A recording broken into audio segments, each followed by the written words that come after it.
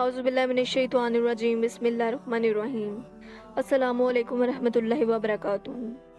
ناظرین، قصہ الانبیاء میں آج ہم حضرت یوسف علیہ السلام کا قصہ سنیں گے۔ یہ وہ قصہ ہے جس کی تعریف اللہ تعالیٰ نے خود کی ہے۔ اگر آپ کو انبیاء اکرام کے سچے قصوں میں دلچسپی ہے تو برائے کرام ہمارے چینل کو سبسکرائب کیجیے۔ آئیں شروع کرتے ہیں حضرت یوسف علیہ السلام کی زندگی کا اصل واقعہ۔ قرآن پاک کی سورہ یوسف میں اللہ تعالیٰ نے حضرت یوسف علیہ السلام کا واقعہ بیان فرمایا ہے۔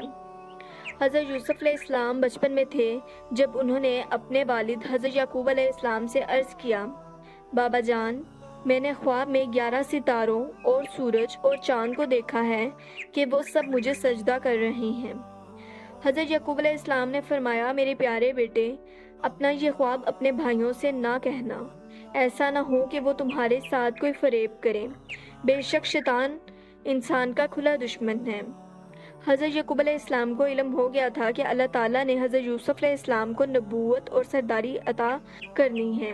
وہ یہ بھی جانتے تھے کہ حضرت یوسف علیہ السلام کے بھائی ان سے حسد کرتے ہیں، اس لیے انہوں نے خواب کو چھپانے کی نصیحت کی۔ حضرت یوسف علیہ السلام کے 11 بھائی تھے۔ بنیامین ان کے سگے بھائی تھے جو کہ ایک ہی ماں سے پیدا ہوئے تھے، باقی سب بھائی دوسری ماؤں میں سے تھے۔ بنیامین چھوٹے تھے اس لیے وہ حضرت یوسف علیہ السلام سے حسد نہیں کرتے تھے، لیکن باقی بھائی جو کہ بڑے تھے حضرت یوسف علیہ السلام سے حسد اور کینہ کرتے تھے۔ یوسف علیہ السلام کی والدہ بچپن میں ہی وفات پا گئی تھیں، اس لیے حضرت یعقوب علیہ السلام ماں سے محروم چھوٹے بچوں پر زیادہ شفقت کرتے تھے۔ یہ دیکھ کر دوسرے بھائی حسد کرنے لگے۔ حضرت یعقوب علیہ السلام کو حضرت یوسف علیہ السلام اور بنیامین سے محبت زیادہ تھی۔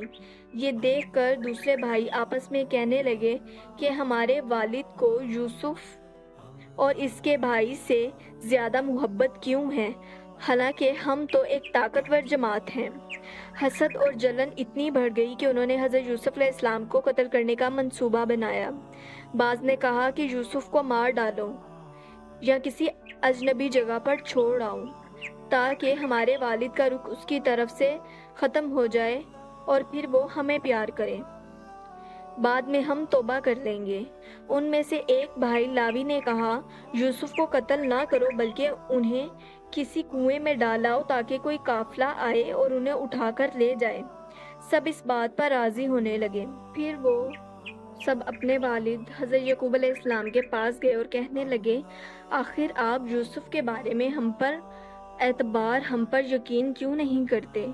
ہم تو اس کے خیر خواہ ہیں۔ کل آپ یوسف کو ہمارے ساتھ بھیج دیجئے تاکہ وہ خوب کھائے پیے اور کھیلے۔ اس کی حفاظت کی ذمہ داری ہم پر ہے۔ حضرت یعقوب علیہ السلام نے فرمایا، اسے تمہارے ساتھ بھیجنا مجھے فکر میں ڈال دے گا اور مجھے یہ ڈر ہے کہ کہیں اسے بھیڑیا نہ کھا جائے۔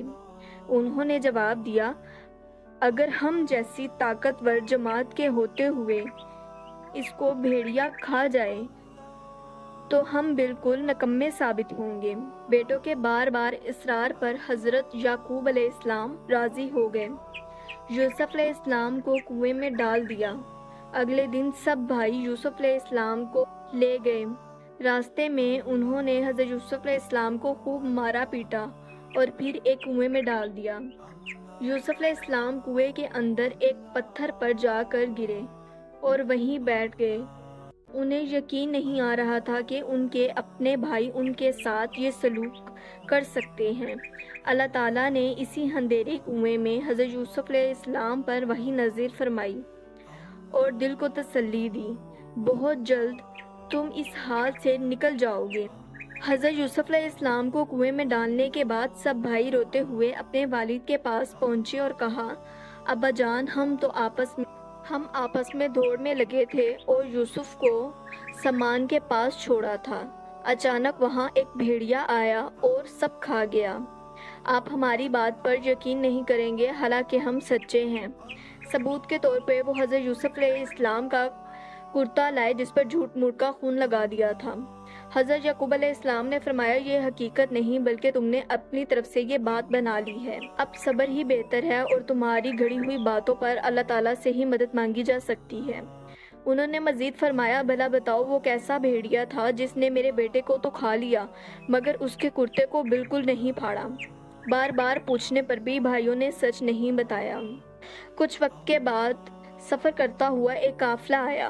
انہوں نے پانی کے لیے ایک شخص کو بھیجا۔ اس نے ڈول کنویں میں ڈالا۔ حضرت یوسف علیہ السلام اس ڈول میں بیٹھ گئے۔ جب وہ ڈول باہر نکالا تو اس میں ایک نہایت حسین لڑکا تھا۔ وہ لوگ خوش ہونے لگے کیونکہ اس زمانے میں غلاموں کی تجارت ہوتی تھی۔ قافلہ حضرت یوسف علیہ السلام کو مصر لے گیا اور معمولی قیمت پر غلام کے طور پر بیچ دیا۔ عزیز مصر نے یعنی کہ مصر کے بادشاہ نے اس حسین بچے کو خرید لیا اور اپنی بیوی زلیخا کو بطور انعام پیش کیا اور کہا اسے عزت اور احترام سے رکھو۔ بہت ممکن ہے کہ یہ ہمیں فائدہ دے یا ہم اسے بیٹا بنا لیں۔ یوں حضرت یوسف علیہ السلام عزیز مصر کے گھر پرورش پانے لگے۔ زلیخا کا فتنہ اور حضرت یوسف علیہ السلام کی بے گناہی۔ زلیخا نے خود اقرار کیا کہ حضرت یوسف علیہ السلام کو بہکانے کی کوشش اس نے کی تھی، اس لیے حضرت یوسف علیہ السلام بے گناہ ثابت ہو گئے اور وہ بادشاہ کی نظروں میں اور عزت دار بن گئے۔ بادشاہ نے فرمایا یوسف کو میرے پاس لے کر آؤ تاکہ میں انہیں اپنے خاص کاموں کے لیے مقرر کروں۔ جب حضرت یوسف علیہ السلام بادشاہ کے پاس پہنچے تو بادشاہ نے کہا آج سے آپ ہمارے یہاں نہایت عزت دار اور امانت دار ہیں۔ حضرت یوسف علیہ السلام نے فرمایا آپ مجھے ملک کے خزانوں پر مقرر فرما دیجئے، میں حفاظت کرنے والا اور علم کرنے والا ہوں۔ بادشاہ نے حضرت یوسف علیہ السلام کو ملک کا پورا اختیار دے دیا۔ ایک وقت ایسا آیا کہ بادشاہ کو حضرت یوسف علیہ السلام سے بڑھ کر کوئی اور عزیز نہ تھا اور نہ ہی زیادہ قابل اعتماد تھا۔ 7 سال کی خوشحالی کے بعد زمین پر قحط شروع ہو گیا۔ مصر خوشحال تھا کیونکہ یوسف علیہ السلام نے غلہ ذخیرہ کر رکھا تھا، اس لیے لوگ فلسطین اور دیگر علاقوں سے اناج لینے کے لیے مصر آنے لگے۔ یوسف علیہ السلام نے اناج ضرور دیا مگر شرط رکھی کہ ہر گھر کا ایک افراد ساتھ آئے تاکہ تاجر کوئی ذخیرہ اندوزی نہ کر سکے۔ اسی طرح حضرت یوسف علیہ السلام کے بھائی بھی مصر آئے۔ حضرت یوسف علیہ السلام نے اپنے بھائیوں کو پہچان لیا مگر بھائی نہ پہچان سکے۔ حضرت یوسف علیہ السلام نے ان سے پوچھا کیا تمہارا کوئی اور بھائی ہے؟ انہوں نے کہا جی ہاں ایک بھائی ہے بنیامین، لیکن ہمارے والد اسے خود سے جدا نہیں کرتے۔ حضرت یوسف علیہ السلام نے اناج دیتے ہوئے شرط رکھی کہ اگلی بار وہ بنیامین کو بھی ساتھ لے کر آئیں۔ اگلی بار جب وہ بنیامین کو ساتھ لائے تو حضرت یوسف علیہ السلام نے اسے اکیلے بلا کر گلے سے لگایا اور کہا میں تیرا بھائی یوسف ہوں۔ حضرت یوسف علیہ السلام نے ایک تدبیر کی اور بنیامین کے سامان میں ایک شاہی پیالہ رکھ دیا۔ پھر اعلان ہوا کہ ایک پیالہ چوری ہو گیا ہے۔ جب سامان کی تلاشی ہوئی تو پیالہ بنیامین کے سامان سے نکلا۔ بھائی سخت پریشان ہو گئے اور کہنے لگے اگر اس نے چوری کی ہے تو اس میں کیا تعجب ہے، اس کا بھائی یوسف بھی پہلے چوری کر چکا ہے۔ یہ سن کر حضرت یوسف علیہ السلام کا دل دکھا مگر انہوں نے صبر کیا۔ حضرت یعقوب علیہ السلام کا صبر اور دعا۔ جب بنیامین بھائی واپس نہ آیا تو حضرت یعقوب علیہ السلام پر صبر کا ایک اور کڑا امتحان آیا۔ حضرت یوسف علیہ السلام کی جدائی پر وہ برسوں روتے رہے، یہاں تک کہ ان کی آنکھیں سفید ہو گئیں یعنی کہ وہ نابینا ہو گئے۔ انہوں نے کہا میں اپنا دکھ اور غم اللہ کے سامنے بیان کرتا ہوں اور اللہ کی رحمت سے مایوس نہیں ہوتا۔ آخر کار حضرت یوسف علیہ السلام نے اپنے بھائیوں سے کہا کہ تم جانتے ہو کہ تم نے یوسف اور اس کے بھائی کے ساتھ کیا کیا تھا؟ وہ بولے کیا تم یوسف ہو؟ یوسف علیہ السلام نے فرمایا ہاں میں یوسف ہوں اور یہ میرا بھائی بنیامین ہے۔ بھائی شرمندہ ہو گئے اور یوسف علیہ السلام نے فرمایا آج تم پر کوئی الزام نہیں، اللہ تمہیں معاف کرے، وہ سب سے زیادہ رحم کرنے والا ہے۔ حضرت یوسف علیہ السلام نے اپنا کرتا بھیجا تاکہ حضرت یعقوب علیہ السلام کے چہرے پر ڈال دیا جائے اور ان کی بینائی واپس آ جائے۔ جب سب گھر والے مصر پہنچے تو یوسف علیہ السلام نے اپنے والد کو تخت پر بٹھایا اور سب بھائی سجدے میں گر گئے۔ تب یوسف علیہ السلام نے کہا ابا جان یہ میرا وہ خواب ہے جس میں نے بچپن میں دیکھا تھا کہ 11 ستارے چاند اور سورج مجھے سجدہ کر رہے ہیں، میرے رب نے اسے آج حقیقت بنا دیا ہے۔